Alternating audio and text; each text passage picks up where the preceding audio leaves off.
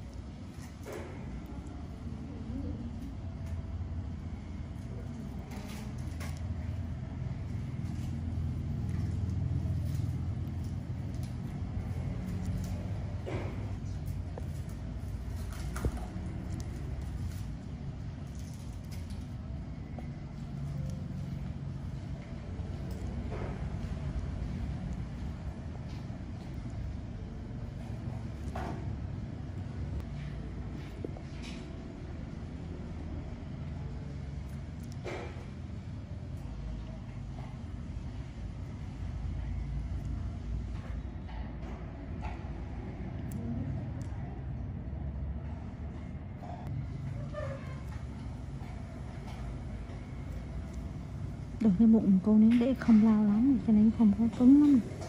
Dạ. Đừng cái bụng không có cứng lắm. Nó đỡ là má rồi.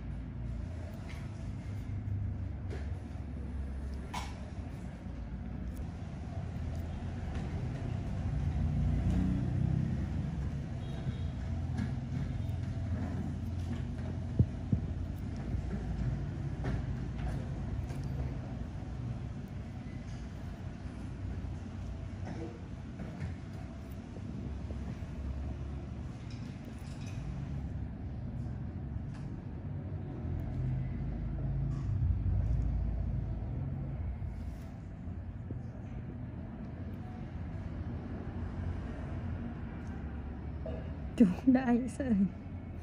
Phục ra mà không có nớt nữa đẹp thiệt.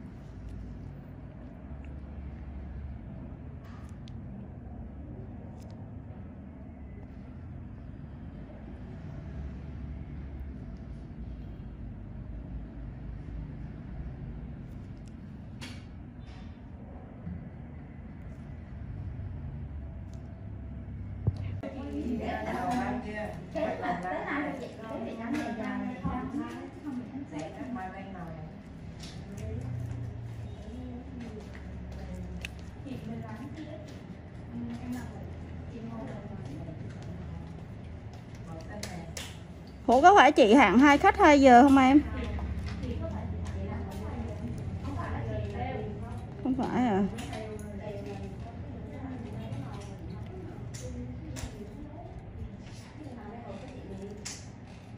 Cái màu nó là làm vô thôi chứ còn mà từ lên nữa nhìn Máy rồi đó cái 6 rồi. 57 Lên đi.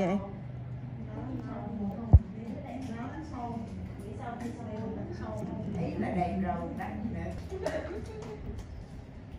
Tiên đồ đi đẹp không?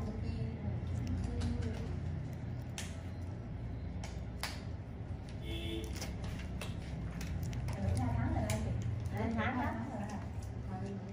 2 tháng. hơn mấy ngày.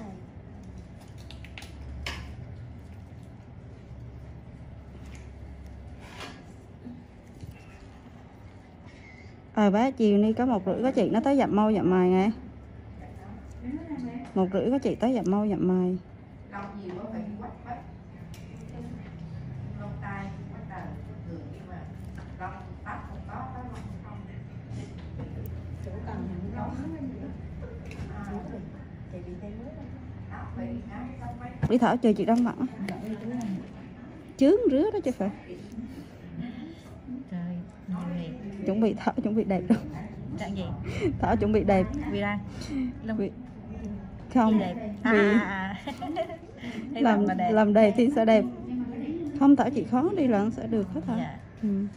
Đó mà hồi xưa chị dưỡng da đẹp lắm hả? Da xanh không biển nè. Đúng rồi, bởi vì chị làm mà đây chị mang đồ cho nó sáng sủa kìa. Thành ra ví dụ Cái như là Thảo ở nhà là hồi Thảo trước chị cũng đang cái gì chạy chữ là trắng rồi đó là. không, cũng có cái vốn mình rồi chứ không phải. Trừ thì nói chung là dưỡng da Thảo á, là Thảo dưỡng là đẹp. Ví dụ Thảo nhiều lúc Thảo không cần dưỡng, Thảo bịt thôi Thảo đã đẹp rồi, bởi vì cái vốn của Thảo cũng trắng. Cái vốn của chị không như Thảo, vốn chị đen hơn. Nhưng mà bởi vì Thảo thả ra quá thì Thảo phải đen thôi. Dạ, em thả nhà em thả lắm, nhà em có bịt gì đâu.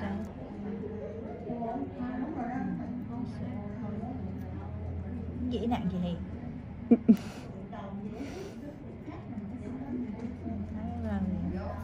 Nó đây đó. Khách triệt lịch trình hay là triệt lã đó chứ? dạ, chị nói chị bị lạ.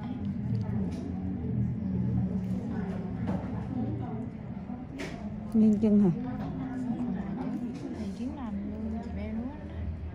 Núa mấy đứa chưa? Dạ rồi, mà chị sáng chị Sao nó ra? sao đây là răng trước được phải đi 4 lần.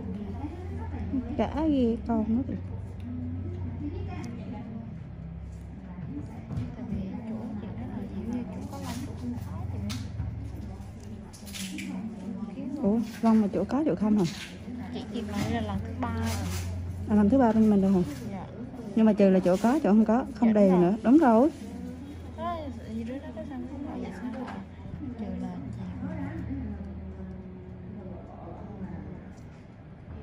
Tại vì bạn mình không tính lần á, mình chỉ tính quy mô hết. Khi mà chị đi tìm á,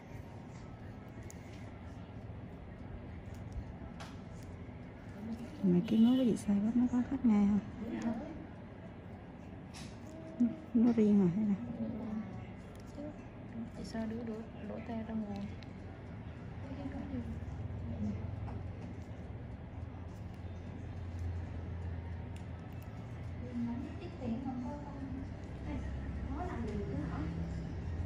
Cái máy mình có thấy không? Chị cho mấy người một lần có hết luôn. Như chỉ có chị Hồng là rất là Đúng rồi, em thấy cái chị mà chị Chi gì? chị Linh và chị Quyết Tiên. Chị Chi đó, chị Chi mà triệt từng lần á, mà cái chị nó lòng quán quán cái sao không còn có lượt nó mà chị kêu, cái chị kêu triệt cho nó còn sốt á, cái bé triệt rách đó, bé làm với bảo hiểm á.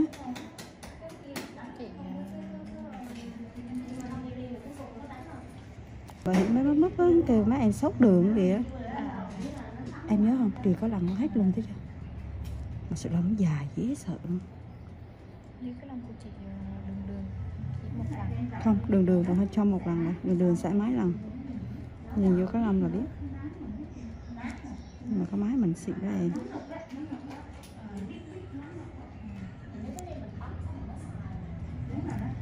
Có thì chị cái nhà Vũng Tàu thì chị thêm những cái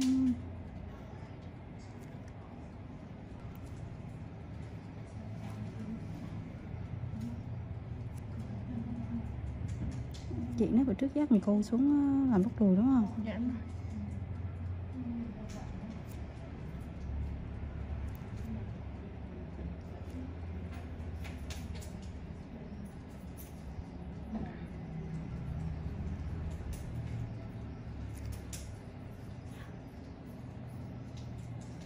Ba lần mà phải chỗ có chỗ không à? Nó làm nhanh đó.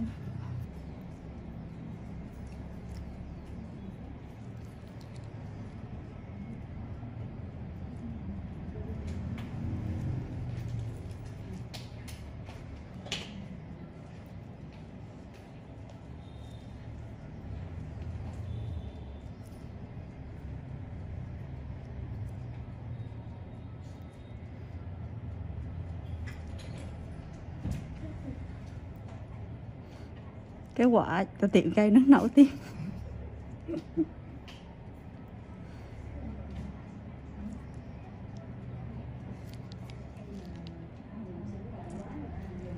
F6C, 1996 to 2005, review.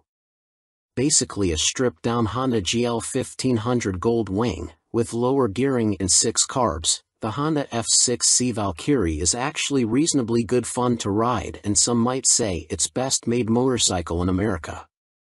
The Honda Rune 1800 looks like some kind of Dan Dare spacecraft, mental. Ride quality and brakes.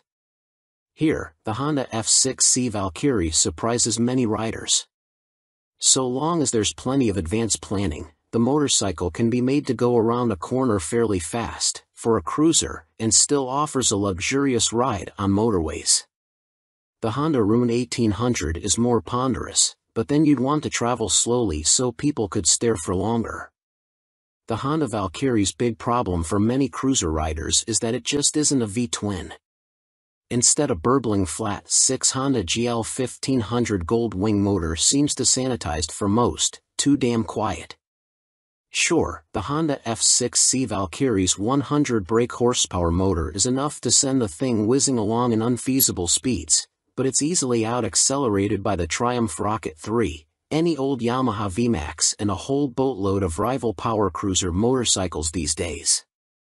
The Rune 1800 isn't really any faster. The Honda F6C Valkyrie rarely goes wrong, ever. It is a beautifully made motorcycle, with lavish chrome, thick paintwork and an engine that can cover 100,000 miles with basic oil/filter changes. The main problem with the motorcycle is keeping its hundreds of nooks and crannies clean. Double that cleaning time on the Honda Rune 1800. Our Honda Valkyrie FC6 owners' reviews show a very reliable bike, which is the norm for Hondas. For most of its life it was available as a personal import from the USA, and there aren't that many around, which keeps resale values high. Honda F6C Valkyrie motorcycles with the hard luggage touring kit on seem to be sought after. Buy a good used motorcycle and you can 5 years biking for about $2,000 in depreciation. The Honda Rune 1800 costs big bucks and is for lotto millionaires and poseurs only. Huge brakes, beefy forks and a proper 2-person saddle are some of the useful features on the Honda F6C Valkyrie. It could use the reverse gear of the Gold Wing, and there's no screen as standard on the Honda F6C Valkyrie. Naturally, there's a whole phone book of accessories to be had, from both Honda and US aftermarket motorcycle accessory suppliers. Sci-fi bodywork on the Rune looks stunning. Welcome to BBC Motor Reviews channel. KTM 1090 Adventure, 2017 on review. The chassis copes with the extra power with ease. In fact, it feels like it could handle a further 25 brake horsepower. The conventional 48mm WP forks and WP rear shock work straight out of the box. The forks are non-adjustable, but on our test route that didn't pose any problems. A 170-section rear tire and the 1090's relatively low weight enable it to be hustled with ease. Boring it certainly isn't. Unfortunately, we had less than ideal conditions to test the new 1090, but wet riding did highlight the bike's rider friendliness and near-perfect fueling at low speeds. There are 3 riding modes: Sport, Street, and Rain, with an optional off-road setting. Each mode changes the engine characteristics and level of traction control intervention. Although it's called the 1090, the engine is the same 1050 cubic centimeters motor as used in the outgoing 1050 Adventure. In the old model, KTM restricted it to 95 brake horsepower, but they've unleashed an extra 30 brake horsepower for the 1090, pushing peak power to 125 brake horsepower and torque to 80.4 ft-lb. On the road, it deals like KTM have thrown a bottle of vodka into the punch bowl along with a dozen cans of Red Bull. The 1090 is much livelier and more fun to ride, yet still has the ease of use of the original 1050. Confusingly, KTM also offer a 95 brake horsepower version of the 1090, which can then be restricted further to 47 brake horsepower for those on an A2 license. KTM's LC8 engine is a proven motor by now, with few problems to report, and KTM's Adventure family are well built. The 1090 Adventure comes in much cheaper than the more premium competition, without skimping on quality. The standard price of £11,299 is good value, although the bike we tested would have cost £12,800. As the 1090 is the baby of the Adventure range, the spec doesn't quite match that of its bigger brothers, but you do get 3 riding modes as standard: Sport, Street and Rain. An off-road setting can be unlocked with the optional off-road pack, £243.78. Traction control and ABS are standard but not lean sensitive, and the TC can't be deactivated on the move. Old-style clocks remain. Welcome to BBC Motor Reviews channel. Cinis Akuma 125, 2022 on review. Priced at £2,599, the Akuma significantly undercuts the popular Honda MSX 125 Grom, which is its obvious target. And though my preference is for traditional-looking bikes with a retro feel, like the WK Scrambler or Cinis' own Outlaw, after riding the updated Akuma, I'm genuinely impressed. Ride quality and handling are altogether spot on, and though not the outright fastest, it's plenty quick enough. Yes, perhaps the seat leans you a bit too far forwards, and at 6 foot tall my knees are a bit high, but this aggressive style and involving feel make the Akuma a confidence-inspiring and solid first ride for any newcomer. If I wasn't a skint student on part-time wages, I'd buy one without a moment's hesitation. Can't say much more than that. For 2022, the Cinis has larger 14 inches wheels, upgraded from the previous 12 inches. Still small, they improve handling and give a stable feel around corners, while still making the Akuma very agile at low speed and in close quarters. The handling is smooth too, thanks to the suspension and low center of gravity, and with the seat pushing you forwards you can really feel every inch the bike. Leaning forwards into corners and tucking in on the straights, the Akuma might be a modern monkey bike but rides like, well, a proper bike. They call it the Mini Monster, and it deserves the nickname, being a down-to-earth yet modern bike that both looks and rides the part. Being angled steeply forward means the seat does affect comfort, and with the abrupt shape of the tank you need to be gentle with the brakes. The Akuma is also very compact. It's physically smaller than my own WK Scrambler 50. However, although perhaps better suited to smaller riders, with its 820mm seat height, the Cinis happily supports 6 feet of teenager. Both the front and rear brakes very good, and they're combined, which means the front is linked to the rear. There's no ABS, however. Being air-cooled instead of liquid-cooled doesn't really match the modern style of the Akuma, and with 9.7 brake horsepower it's not as powerful as other more modern bikes. However, this also means welcome simplicity, and you'll get your money's worth of reliability. It's also fast enough. Accelerating sharply and with a more than adequate 67 miles per hour indicated top speed, the Akuma feels swift and has the smoothest, easiest gear change of any 125 cubic centimeters bike I've ridden. Most noticeable of all the Akuma's features is the 3-tiered exhaust. It's not just an eye-catching MV Agusta styling trick, but 3 fully functioning pipes that sound ace as well as looking great. With aggressive shapes, new blacked-out finishes, steel trellis frame, which is non-structural, and its raised tank giving the look of an arched back and so resembling a big cat, go on, imagine, riding the Akuma makes me feel like I stand out from the crowd. Which is important for the teenage market. Switchgear, components and overall finish look and feel pretty good for a $2,500 bike. Some fasteners and smaller parts will need coating with anti-corrosion treatment for winter use, but that's true of some bikes costing 5 times as much. And overall the Cinis does a good job of disproving preconceptions about cheap, flimsy Chinese bikes. Honda's trendy MSX 125 Grom costs £3,849. Yes, it's a bit nicer finished than the Cinis and will hold its value better, but it's only got the same power, and the extra 1,300 pound over the Akuma can be a big ask for a cash-strapped teen. Benelli's TNT 125 is also made in China and costs the same as the Cinis. It's got a couple of horses more and a neat-looking trellis frame, but it's also a tad gaudy and in your face. Picking between them is as much down to their image and personal preference as anything else.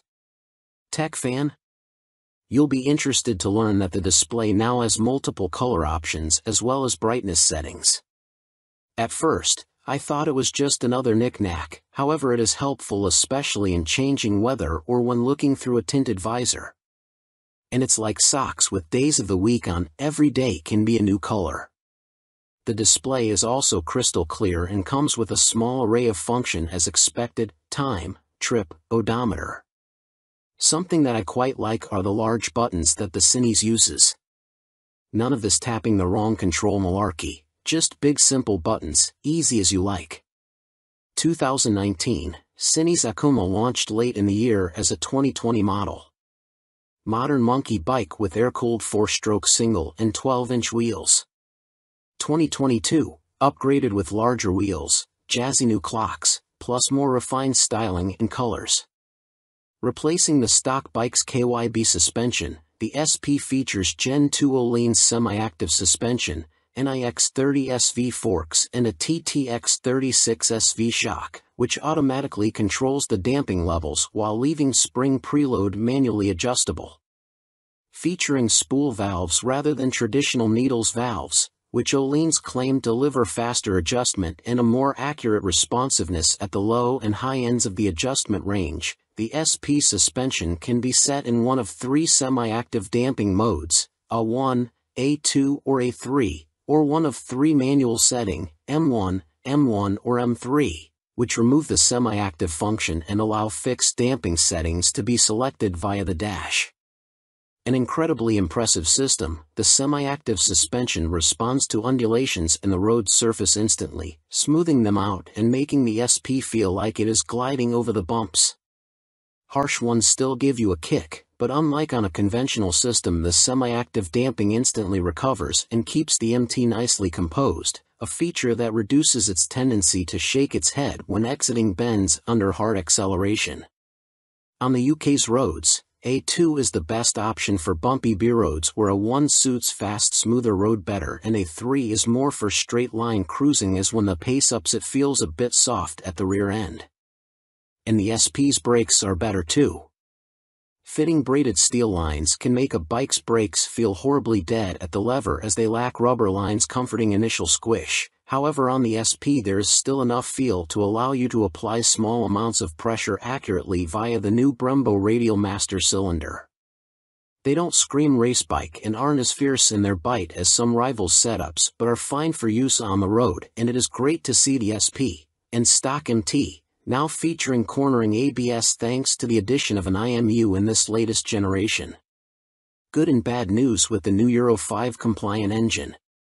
Starting with the good, thanks to the revised fuel injection system, the throttle response is now smooth. In B mode, A mode is still a bit too aggressive for road use, and the crossplane's enhanced mid-range surge of power is staggering, as is the wonderful offbeat sound, which has been tuned through a new intake system and feel. But despite lengthening its gearing, the MT remains a noticeably thirsty bike and recorded 41 miles per gallon on our test ride, which is what Yamaha claim, but still equates to a range of just 155 miles until the 17-liter tank is empty. If you opt for the SP, alongside the Öhlins suspension you gain braided steel brake lines as standard, as well as a 3-piece belly cowl, black bars and levers, and a stitched seat. Unlike the stock bike, which comes in 3 color options, cyan, blue and black, the SP is only available in Icon Performance, and it also features a polished metal finish on its swing arm where the stock bike has a black painted one. Everything else, including the engine and electronics package, is identical between the 2 MT10 models, which is good news for MT10 owners but a bit disappointing for SP owners who may feel like they deserve something extra to brag about aside from suspension. Which brings up the question of price. The MT-10 SP costs £2,500 more than the stock MT-10 at £16,000, which is tantalizingly close, especially when you look at a finance package. On a PCP deal after a £3,000 area deposit, you are looking at paying about £35 a month more for the SP when compared to the stock bike. That's about the price of a takeaway meal for two every month, which seems a small sacrifice to gain that all-important Öhlins bling. In terms of running costs, both the SP and stock MT-10 have the same poor fuel economy and cost roughly the same to insure and service, so that's not a factor in ownership, and the SP should hold its residual value a bit better. How does it stack up against its rivals? Very well. The SP is £16,000, where a Ducati Street Fighter V4 is £19,551 or £21,651 in S-guise with semi-active suspension. The Aprilia Tuono V4 factory is £16,900, the KTM Super Duke EVO £17,899, Triumph Speed Triple 1200 RS £15,500, which lacks semi-active suspension, and the Kawasaki ZH2 SE £19,079. Sharing the same tech package as the stock MT, the SP is no less impressive when it comes to its safety assists. Thanks to a 6-axis IMU, you get cornering ABS and TC as well as slide control and anti-wheelie that sit alongside an up/down shifter, engine braking control, cruise control and variable power modes, all of which are controlled via the new 4.2-inch color TFT dash, which lacks connectivity. While the electronics perform faultlessly, and the quickshifter is excellent, it is tricky to see which of the various acronyms you are selecting should you wish to tweak their. Welcome to BBC Motor Reviews channel. Triumph Rocket 3, 2020 on review. Suspension, steering and stopping are all worlds ahead of the previous Rocket 3. And as a result it now feels like a laughably large but comprehensively capable motorcycle, rather than a cartoon cruiser caricature. Related, 2020 Triumph Rocket 3 TFC news on MCN. First impressions might be dominated by the Rocket's vast proportions and the curiosity factor of cramming a motor larger than a typical family car between two wheels, but after a day spent studying the quality details, experiencing the meticulously managed power and appreciating the enormous improvements in refinement, you walk away feeling thoroughly impressed. The new Rocket 3 is exciting, eye-catching, attention-grabbing and pulse-raising, yet avoids straying into feeling frivolous, ridiculous, or pointless.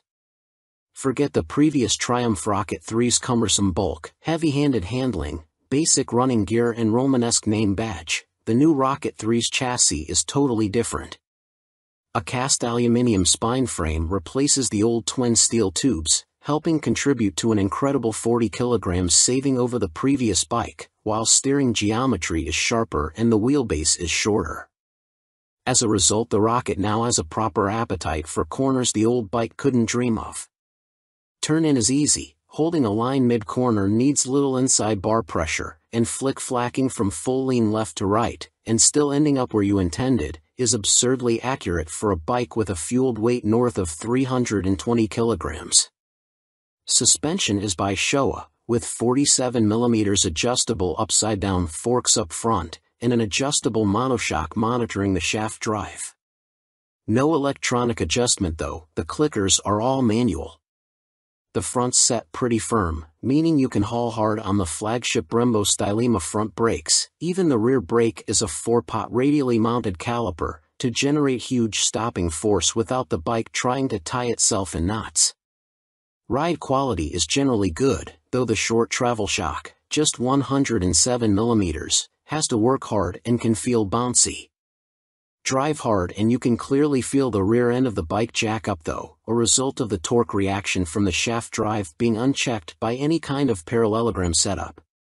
The Rocket 3 comes in two flavors, Roadster R and Touring GT, with the main difference being riding position. The R has a higher seat, mid-set foot pegs and narrower bars, giving a more aggressive Street Fighter stance, while the GT's lower seat, feet-forward controls and wider, higher bars give a relaxed, cruiser feel.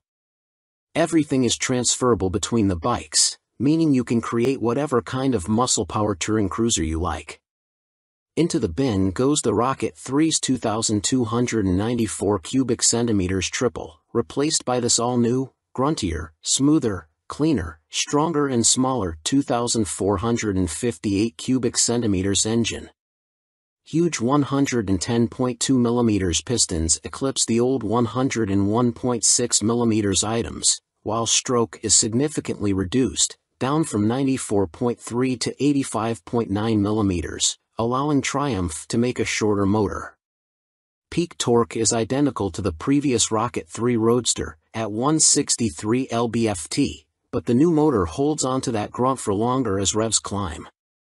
Where the previous Rocket's torque curve fell away sharply above 2,500 RPM, the new motor has a much fatter, flatter delivery. As a result, headline power is up to 165 brake horsepower. But as ludicrous as that might sound, the reality is that it's immensely easy to use. All that prodigious power is carefully controlled by the ride-by-wire throttle and predictive, lean-sensitive traction control, while output is restricted in lower gears and top speed is electronically limited to 138 miles per hour. It's a beast, but one of those big, fluffy, gentle, cuddly chaps from a Disney film. The colossal torque spread means you can ride it however you like. Plunk it in one gear and dip into the immense grunt from 2,500 to 5,500 RPM if you're feeling lazy, or chase the 7,000 RPM redline and work the new sweet-shifting 6-speed gearbox for maximum thrills. There's even an optional two-way quickshifter in Triumph's accessory catalog, if you like changing clutchlessly. It's a completely new machine from nose to tail, so only time and miles will deliver a verdict on reliability. Service intervals are set at a car like 10,000 miles, suggesting the motor is in a fairly mild state of tune and Triumph have confidence in it. Looking over the bike in the metal, everything appears high quality, as you'd expect for 20,000 pounds. The exhaust headers are a particular highlight, the welds look neat, while the hydroformed curves are apparently a huge pain to produce. Everything seems tucked away neatly, there are no vulgar cables or hoses dangling about anywhere, and wiring runs inside the handlebars. Details like the Monza-style petrol, coolant and oil filler caps are pleasing, while the clever flip-out pillion pegs are a neat design. Our Triumph Rocket 3 owners' reviews show there have been some issues for some buyers, in particular corrosion, electrical and mechanical problems. Seemingly the rear brake can often stop working, for example, and needs attention from a dealer. Have a good read through before going for a test ride. Clearly it's not a cheap bike, though an ultra-capacity extreme muscle cruiser never was going to be. The Rocket 3R is 19,500 pounds on the road, that includes almost all the gadgets, apart from the two-way quickshifter and the heated grips. The GT version, which includes the heated grips, a fly screen and a pillion backrest, is 20,200 pounds. Both are roughly on a par with Ducati's Diavel 1260S, 20,041 pounds. A Harley-Davidson Fat Bob 114 starts at 15,825 pounds, but doesn't have a fraction of the Triumph's tech, torque, pose or poise. If you want to go properly left field, a Moto Guzzi MGX21 is 19,999 pounds. Running costs probably won't be any kinder on the wallet. Triumph claimed the motor returns 41 miles per gallon, but our test ride suggests it's closer to 35 miles per gallon. That 240 section, 16-inch rear tire isn't cheap either. Sign picking the bike up in March I have had a headlight replaced under warranty, main beam sticking on, and the second which has really put me off was the rear brake losing all braking power. It has been back to my dealer who changed the fluid for a better one but was told that Triumph know there is an issue and they are working on it. I thought anything to do with brakes on a 163 pounds of torque monster would be the #1 agenda. First service only. The fuel economy is not bad so far, 43 to 45 miles per gallon. That is with occasional spirited riding thrown in. 2 stars is because after 6 months I was offered £13,500 from the dealer to buy it back. Even WBAB offered considerably more, so not much faith in the brand and will likely be going back to BMW. Equipment. The Brembo brakes are top-notch. The stopping power and feel is superb, the ride comfort is less so. I am a big old guy and no matter how I try to adjust the rear suspension the ride is harsh on anything but smooth tarmac. The roads in Herefordshire where I live are amongst the worst in the UK and backache sets in after about 2 hours. I have purchased an Airhawk DS seat pad which has transformed the comfort but it's still not all day comfy like my old Rocket. The tank is so wide you have to ride legs apart which at motorway speeds the wind blast makes your hips ache trying to keep tucked in. In the end I made and fitted a pair of Perspex front fork air deflectors to solve the discomfort. I didn't go for the quick shifter or the navigation package as for me they don't offer much in the way of the overall riding experience. The TFT display is good but on some settings it is too fussy and hard to read. I opt for the screen that shows speed, revs, gear selection and fuel status. That's enough for me. There are a few niggles with this bike that could be better. The original screen doesn't give much wind protection and the rear hugger design is total crap. In the rain you get covered in road crud halfway up your back. I bought an aftermarket hugger which left some wiring exposed so I ended up fitting this over the top of the original hugger, problem solved. I purchased the accessory panniers and rear rack to give the bike some touring capability. These panniers are okay but are quite small and are not as rigid as I would have liked. The optional rear rack is stated as only good for 3 kilograms which means fitting my fully loaded Kuryakyn Grand Tour bag on the rear may be more than it can withstand. Guess I will soon find out as there is little room on the pillion seat. One of the best design features on this bike are the fold-away pillion foot pegs and the folding pannier mounts. If anyone is thinking about buying this bike for some serious touring then you will need a few aftermarket bits to iron out its touring limitations. Welcome to BBC Motor Reviews channel.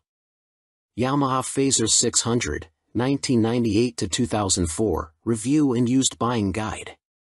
Related, Easy Fit Kit turns Yamaha Phaser 600 into retro race rep. In fact, since Yamaha stopped the FZS 600 Phasers production in 2003, it has taken them until the launch of the Tracer 700 to replicate the Phaser's magic formula. However, in 1999 the Yamaha Phaser 600 was the best-selling bike in its class, and by 2002 the firm had sold over 83,000 units. There is a reason the Yamaha Phaser has such a strong following. As soon as its wheels start to turn you are right at home. It is ease personified and most of this warm feeling comes from the wonderful motor. With the Phaser, Yamaha got the basics right and that's what makes it such a great bike. The tank range is long, the seat comfortable, the fairing effective, the brake sharp and the motor strong in the mid-range and extremely reliable. The suspension may be a bit baggy, but if that's the Yamaha Phaser's only real fault 22 years after it was launched then that's not bad going. Useful Yamaha Phaser 600 specialists include www.foc-u.co.uk and yamahaclub.com. Read on for our full used buying guide. Ride quality and brakes. Launch impressions. When you push the Yamaha Phaser 600 to the limit, which is easy with those blue dot or 1 brakes up front, it dives a little bit and loads up the front end. It waggles a bit, but the handling is generally confidence-inspiring and if you take it steady you could ride to Budapest on a Yamaha FZS 600 Phaser and feel no severe aches or pains. Yamaha Phaser 600, what does it ride like now? With limited suspension adjustment, post-2000 models have variable damping in their forks. The Yamaha Phaser is a bit wobbly in the corners and the Sumitomo calipers shared with the R1 quickly overwhelm the forks when you brake hard. But where on some bikes this is an annoyance, on the Phaser it makes you giggle and adds to the amusement factor. There's just under 100 brake horsepower in the Yamaha FCS 600 Phasers detuned, Thundercat 600 cubic centimeters, 4-cylinder engine, and that's plenty for backroad fun, as well as motorway commuting if needs be. The Yamaha FCS 600 Phaser delivers its power in a wide spread, and the 6-speed gearbox is there if you feel like playing tag with sports bikes. Yamaha Phaser 600, what's the drivetrain like now? The inline-4 is beautifully smooth and has that lovely mid-range pull you get with an old long-stroke unit. It's not revvy or buzzy like the FC6's engine, it's just silky smooth and full of drive. The gearbox may be showing its age, the linkage is notoriously sloppy when worn, but it clunks into gear with a reassuringly solid feel, and the bike is more than happy to break the national speed limit when asked. The Yamaha Phaser is a fairly well-made motorcycle, and except for the black painted downpipes rotting away, or the brake calipers seizing up, the Yamaha Phaser doesn't suffer big problems. It can rack up very high miles with regular servicing. Apart from its thirst for fuel, it would make a great dispatcher's motorcycle. Yamaha Phaser 600 reliability. We've got a whopping 52 Yamaha Phaser 600 owners reviews on the site, and the bike scores 4.6 stars out of 5 overall, with the same score for build quality and reliability. This is an incredibly high score, meaning it's safe to say you can depend on the Phaser 600. Minor issues include the Phaser lacking more modern equipment such as more electronics, but this is an old bike now. You can't expect the world. Its value more than matches its spec. Yamaha Phaser 600 common problems. Early ignition barrels aren't very strong. Check it works smoothly and that the ignition key works the fuel cap and seat lock. The headlight bracket bends if the bike is in an accident and few people replace it, so always check the fairing looks square on the bike. The steel swing arm can trap water and rot around the chain adjusters, so inspect this area well for any obvious rust damage. The Phaser has a 110/70 front tire, and as a result tire choice is limited. You can fit a 120/70, but this can interfere with the mudguard. Yamaha Phaser 600, a mechanic's take. By Chris Spinks, Chief Instructor, Metropolis Training School. The key factor when buying a used FCS 600 Phaser is seeing if it goes into second gear. First gear on the Phaser is quite short, and the jump to second puts a lot of strain on the gearbox. This can cause the second gear selector fork to bend, and that leads to a really stiff change and eventually a broken gearbox. On a cheap bike such as a used Phaser, that can write the bike off as replacing it is not economically viable, as a complete gasket kit costs £500. That said, when I destroyed my Phaser's gearbox on a track day, I bought a new motor for £400, and swapping them over was fairly simple. The sprocket retaining nut is a classic Phaser fault and well documented. The nut comes loose, the sprocket slides off the shaft and then sits on the threaded part of the output shaft. People think the clutch is gone and rev the motor, which causes the sprocket to strip all the threads off the shaft. You can slide the sprocket back on and spot weld it in place, but you need to be careful not to overheat the seals. As long as you fit the nut correctly using the locking washer, you should be fine, although Yamaha did release a deeper threaded nut and this sorts the issue. The lights on the Phaser are poor, but on the 1998-9 model the bulb vibrates and creates a white powder that fills up the lenses. This is impossible to remove and makes the light even worse. Some owners change the lume to convert the Phaser to twin headlights, which is very easy, but you need to tilt the main beam down or it will fail an MOT. After 15,000 miles the shock will be duff. I'd recommend getting the forks rebuilt and buying an aftermarket shock. Don't be tempted to go for stiff fork springs. I've found softer ones works better. When it comes to the finish, the paint likes to flake off from the engine's fins, so don't jet wash the engine, and check the downpipes. The motor is totally bulletproof, but the cam chain tensioner can need changing and it is a nightmare to get to. At the end of the day, a well-looked-after Phaser is a brilliant buy and totally reliable. At the training school we would see them cover over 65,000 trouble-free miles with only oil changes. Extrema Makeover, Aprilia put the RS660 on a diet for a limited edition focused model. Alongside the surprise launch of their 2023 BX450, Bimota have shed more light on supercharged Tessie Tourer currently in development. Now officially called the Terra, we first caught glimpse of the bike as a basic design sketch at the 2021 EICMA show, with a spokesperson for the Rimini firm later confirming to MCN that it would be powered by the 4-cylinder motor found in Kawasaki's Ninja H2SX range. Never before have Bimota been present in this market segment, Bimota COO, Pierluigi Marconi, said in a statement. No one has this much fun and function in one package. The Terra is an attention grabber that will act like a halo for Bimota by attracting further consumer attention to our impressive vehicle lineup, he continued. Although details remain scarce, Bimota have gone into some depth on the new steering system, which sits diagonally between a front subframe and the front wheel. There are no front forks like a conventional motorcycle, which should aid front-end stability and the ability to trail brake into a corner.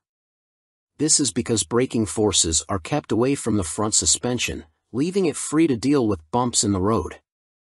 These systems can reduce front-end feel though.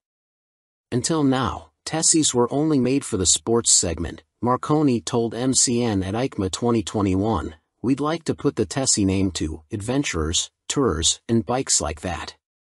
Our philosophy is to have two lines of bikes, he added. One is the Tessie line and one is for more traditional models.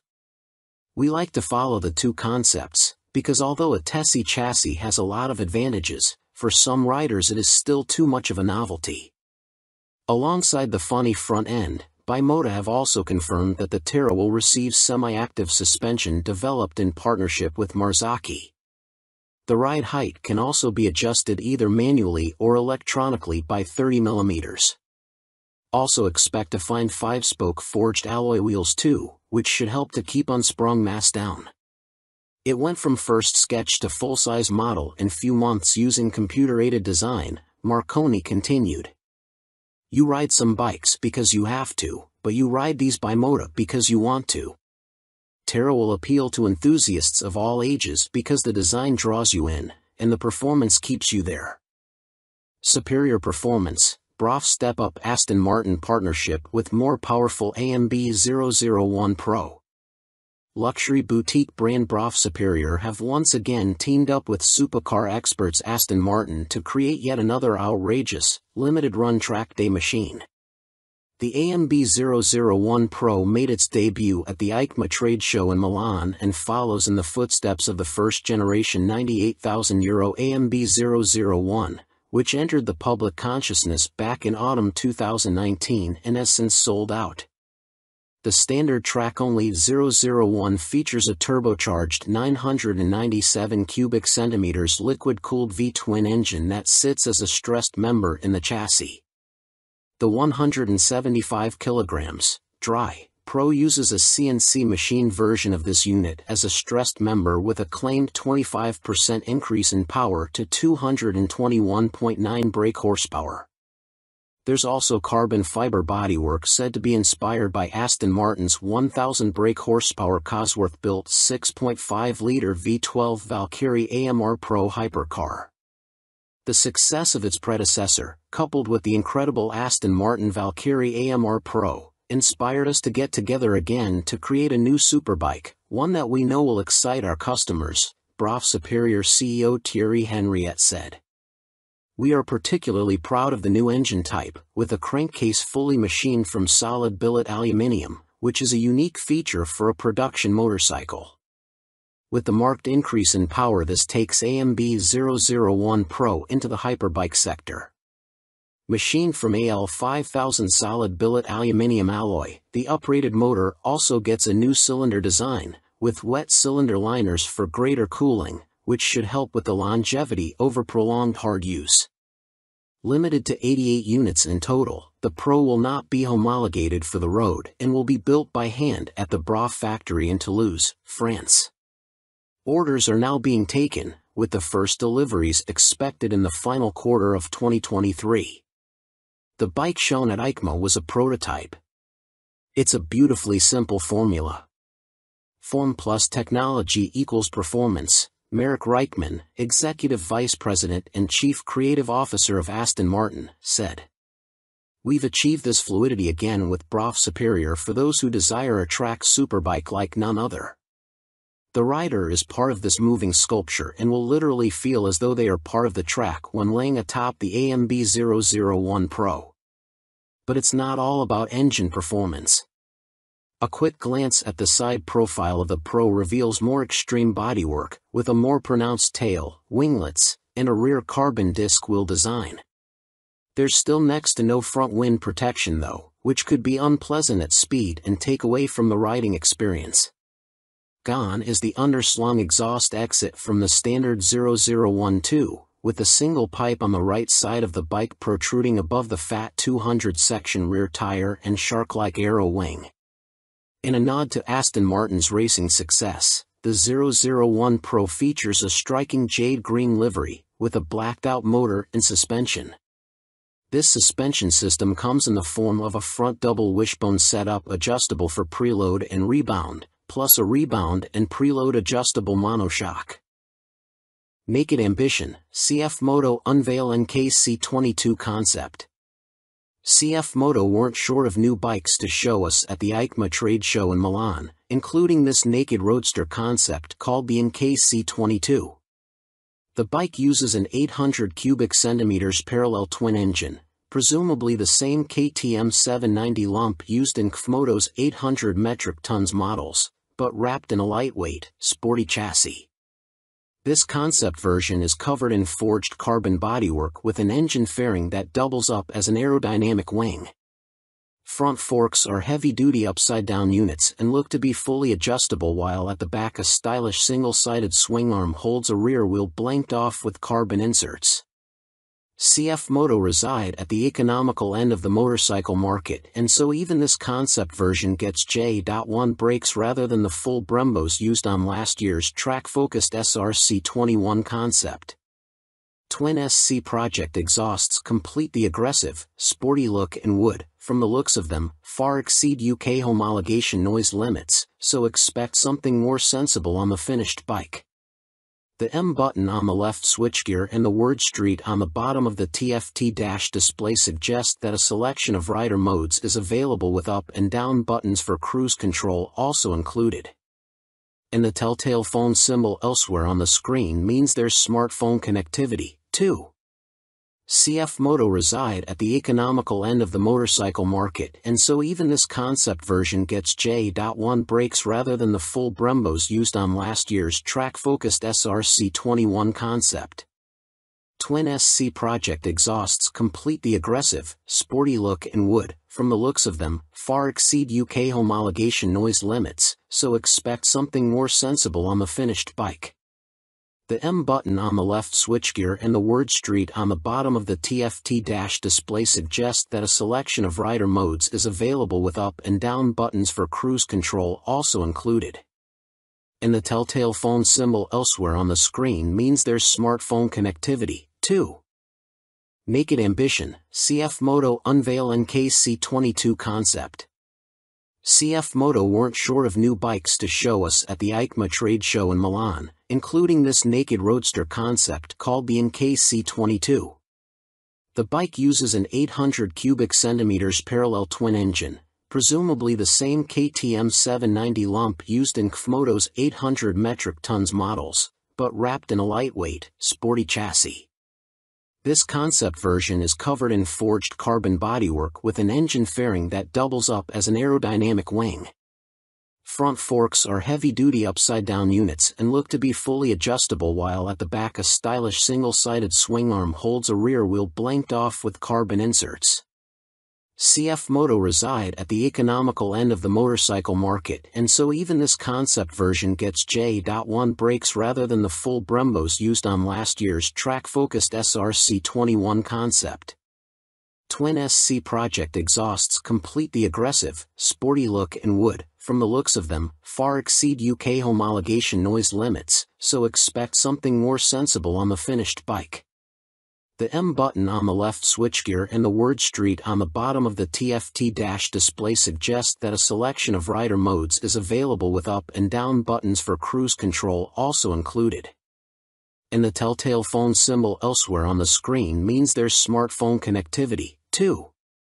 CF Moto reside at the economical end of the motorcycle market, and so even this concept version gets J.1 brakes rather than the full Brembos used on last year's track-focused SRC21 concept.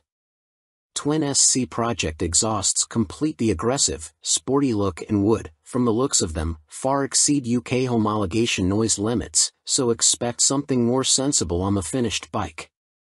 The M button on the left switchgear and the word Street on the bottom of the TFT dash display suggest that a selection of rider modes is available with up and down buttons for cruise control also included. And the telltale phone symbol elsewhere on the screen means there's smartphone connectivity, too. Fantic released their first twin, the Caballero 700 Scrambler. Fantic has revealed their first modern-era twin-cylinder machine with a 700 cubic centimeters scrambler joining their Caballero range. Fantic are making the most of their partnership with Yamaha, announced at the beginning of 2021, as the bike uses the 689 cubic centimeters, liquid-cooled Euro 5 engine seen in the MT-07, Tenere 700 and R7. There has been no retuning of the CP2 twin either, as Fantic claim the Caballero will hit the showrooms in April next year, boasting 75 brake horsepower and around 50 lb.ft of torque, identical to the R7 and considerably more than the 40 brake horsepower and 31 lb.ft of torque of the Caballero 500 Scrambler. Elsewhere, the 700 sports the same 19 inches front and 17 inches rear, aluminium, spoked wheels as its small-capacity sibling. The engine sits in a single backbone-style frame made from CRMO steel attached to an aluminium swing arm, giving it a wheelbase of 1,460 mm, 35 mm longer than the 500 version. One of the most immediately obvious differences between the two capacity scramblers is the exhaust system. The new 2-into-1-into-2 setup runs under the engine, over the swing arm to exit in roughly the same position. Both machines have a seat height of around 830 mm. Connecting frame to wheel will be a 45 mm upside-down fork made by VRM Marzocchi. The Italian manufacturer also supplies the rear monoshock with preload adjustment. Brembo is the manufacturer of choice for the calipers, with a 4-piston unit gripping the 330 mm front disc and a 2-piston, 245 mm setup on the rear.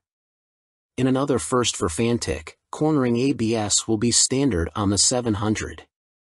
The system will sense the bike's lean angle and fine-tune the braking response accordingly. Traction control also makes its debut to the Fantic lineup, with both rider aids and 3 rider modes, road, off-road and custom, manipulated via a 3.5 inches TFT display with Bluetooth connectivity.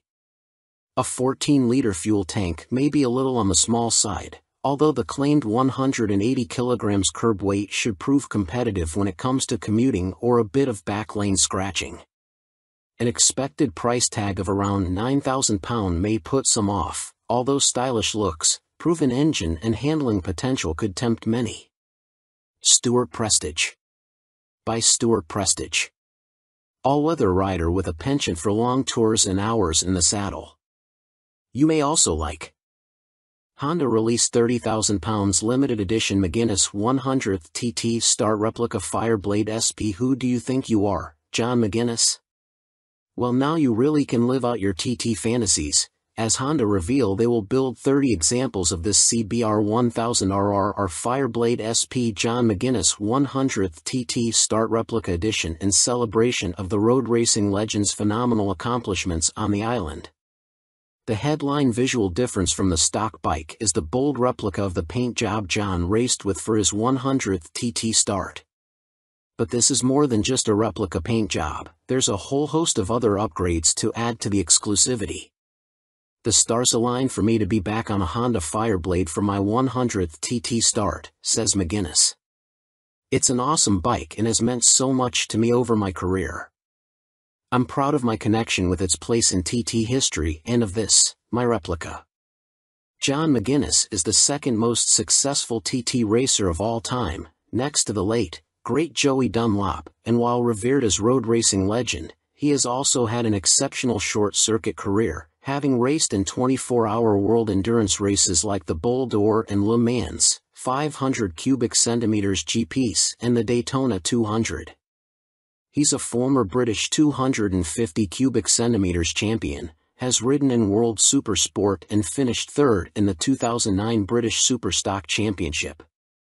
Making his TT debut in 1996, he won the Best Newcomer title in the 250 cubic centimeters class. 3 years later, he took his first win, the 250 cubic centimeters lightweight TT. Over the ensuing 2 decades, 1999 to 2019, he has accumulated an incredible 47 podiums and 23 TT wins, as well as being the first to break the 130 miles per hour lap barrier on a Honda Fireblade, no less. So, what do you get for your 30,000 pounds? In addition to the already high spec of the CBR 1000RR Fireblade SP which underpins the replica, the limited edition blade gets a full replica paint job incorporating gold detailing and a film strip showing all of John's TT starts on Hondas. Unsurprisingly, this is where it deviates from his actual race bike, which also pictured his TTs on other manufacturers' bikes, and 100th start sponsor logos. There are gold wheel stripes, an individually numbered plaque on the headstock, genuine Honda carbon fiber front mudguard and carbon rear hugger, or rear seat cowl and tall screen, and Metzeler Racetech RR tires. On startup there's a Ring of Fire screen animation as the display loads, and 30th anniversary logos on the smart key and laser engraved on the Akrapovic muffler, marking the machine's special place in Honda history. And to cap it all, there's John's signature on the airbox cover. Honda are even offering the opportunity for a personal handover from John McGuinness MBE himself, at Honda Racing UK in Louth. If that's not enough, you'll also get a custom Fireblade garage mat, genuine Honda accessories indoor bike cover, 3D laser engraved crystal featuring a design of the John McGuinness 100th start replica. All inquiries and orders for the John McGuinness CBR 1000RR Fireblade SP 100th start replica are to be via the Honda dealer network, and if you want to see one in the flesh, it will be on display on the Honda stand throughout Motorcycle Live at the NEC from November 19th to 27th. Fantic released their first twin, the Caballero 700 Scrambler. Fantic has revealed their first modern-era twin-cylinder machine with a 700 cubic centimeters Scrambler joining their Caballero range. Fantic are making the most of their partnership with Yamaha, announced at the beginning of 2021, as the bike uses the 689 cubic centimeters, liquid-cooled Euro 5 engine seen in the MT-07, Tenere 700 and R7. There has been no retuning of the CP2 twin either, as Fantic claim the Caballero will hit the showrooms in April next year, boasting 75 brake horsepower and around 50 lb.ft of torque, identical to the R7 and considerably more than the 40 brake horsepower and 31 lb.ft of torque of the Caballero 500 Scrambler.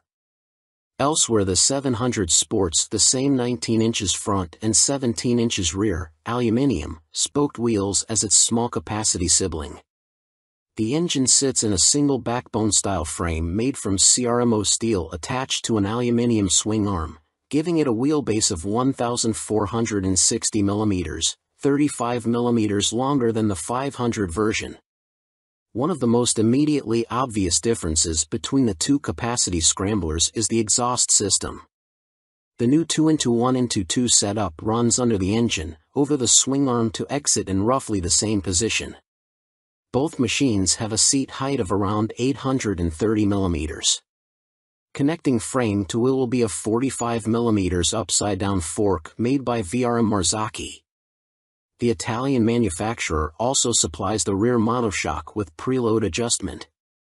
Brembo is the manufacturer of choice for the calipers, with a 4-piston unit gripping the 330mm front disc and a 2-piston, 245mm setup on the rear. In another first for Fantic, cornering ABS will be standard on the 700. The system will sense the bike's lean angle and fine-tune the braking response accordingly. Traction control also makes its debut to the Fantic lineup, with both rider aids and 3 rider modes, road, off-road and custom, manipulated via a 3.5 inches TFT display with Bluetooth connectivity. A 14-liter fuel tank may be a little on the small side, although the claimed 180 kilograms curb weight should prove competitive when it comes to commuting or a bit of backlane scratching. An expected price tag of around £9,000 may put some off, although stylish looks, proven engine and handling potential could tempt many. Stuart Prestige. By Stuart Prestige. All-weather rider with a penchant for long tours and hours in the saddle.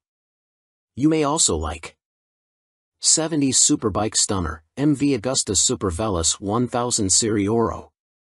MV Agusta may not have been directly participating in the EICMA show in Milan last week, but it didn't stop them stealing the headlines with this stunning Super Veloce Serie Oro. The carbon-clad superbike uses the Brute Ale 1000RR as a base, meaning the same 998 cubic centimeters inline-4 producing a claimed 209.1 brake horsepower with a race kit installed.